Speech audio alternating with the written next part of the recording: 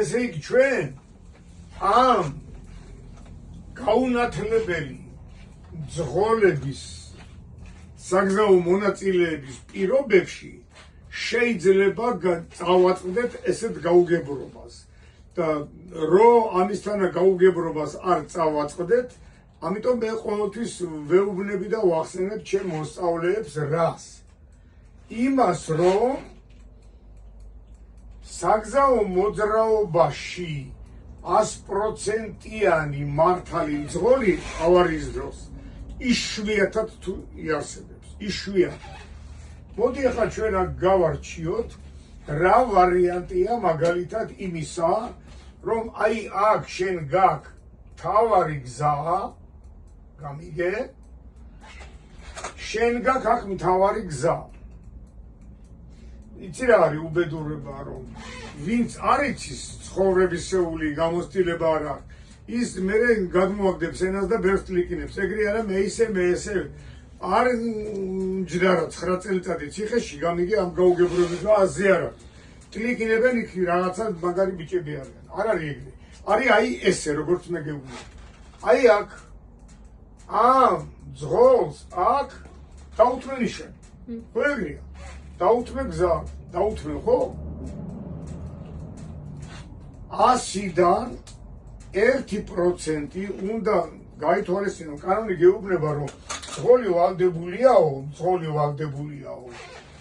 რომ ავტოსაგზაო შემთხვევის მოხდენამდე გაითვალისწინოს ყველაფერი და თავიდან აიცილოს მოახლოებული ავტოსაგზაო შემთხვევაო.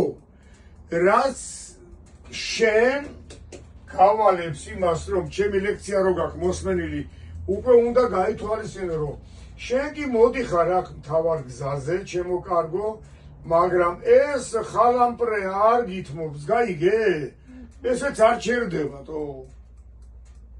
თუ არ ჩერდება, თავში ყვაუხლი აიღე და გაატარე, წავიდეს, რაღა დაგეჯახოს, კაცო. კი გასაგებია, რომ თავარზე ხარ. მაგრამ აქ არის ერთი გაუგებრობა. შესაძლებელია ამას თუდად გაუხდა გული და ვეღარ აჩერებს, ერთი. შესაძლებელია ამას სამუხრუჭე სისტემა გამოვიდა წყობრიდან და ვერ აჩერებს და 1000 რაღაცა.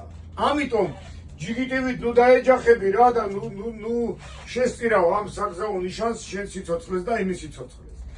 ჭანდაბას იმის თავი გაატარე. მაგრამ თქვა თუ ჩვენ აქ მაინც ავარიული სიტუაცია კი არა, ავარია მოგვივიდა და დავეჯახეთ ერთმანეთს.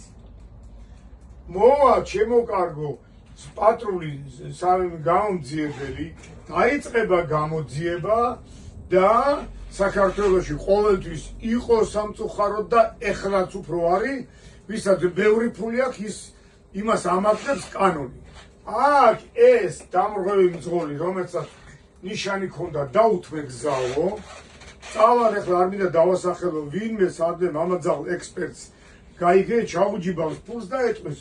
შენ გეტყვია რომ ვიცი რაო, ქალბატონო თეაო, ქალბატონო ნათიაო, ქალბატონო მაყალაო, ხო ხედავდითო რომ ეს ტიპი ვერ აჩერებდაო და ვერ გააჩერეო, ვერ დაამხრუჭე და ვერ გაატარეო. ეს მოგიტანს ექსპერტის ცნობას, რომ ამას სამუხრუჭე სისტემა გაუქმს და იმწამს. კი დაადგენ ტორმუზზე, მაგრამ არ დაიჭირაო. ფული აქვს, გესმის შენ კიდე კანონში გეუბნება, კანონი გეუბნება, რომ ძღოლი ვალდებულია თავიდან აიცილოს მოახლოებული საშიშროება, საგზაო სატრანსპორტო შემთხვევაო და რა მოხდებოდაო ეს გეუბნება აქა. ან მოსამართლე გეტყვის, არაფერი არ დაშავდებოდაო. ხო ხედავდით, რომ ეს პატივცემული ვერ ჩერდებოდაო. არ შეიძლებოდა რომ გაგეტარებინათ, ხო?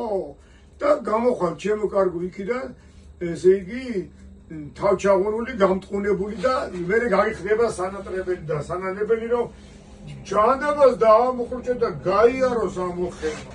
კი ბატონო, გასაგებია, რომ საგზაო ნიშანი გვაძლევს პრივილეგიას, უპირატესობას, მაგრამ როცა სადაც არასჯობს, გაცნას ჯობს ქართული ანდაზა. ეს უნდა გაითვალისწინოთ აუცილებლად. 99% შენია, მაგრამ 100%-ში გაუგებრობა შეიძლება მოხდეს და გაგვამტყუნოს.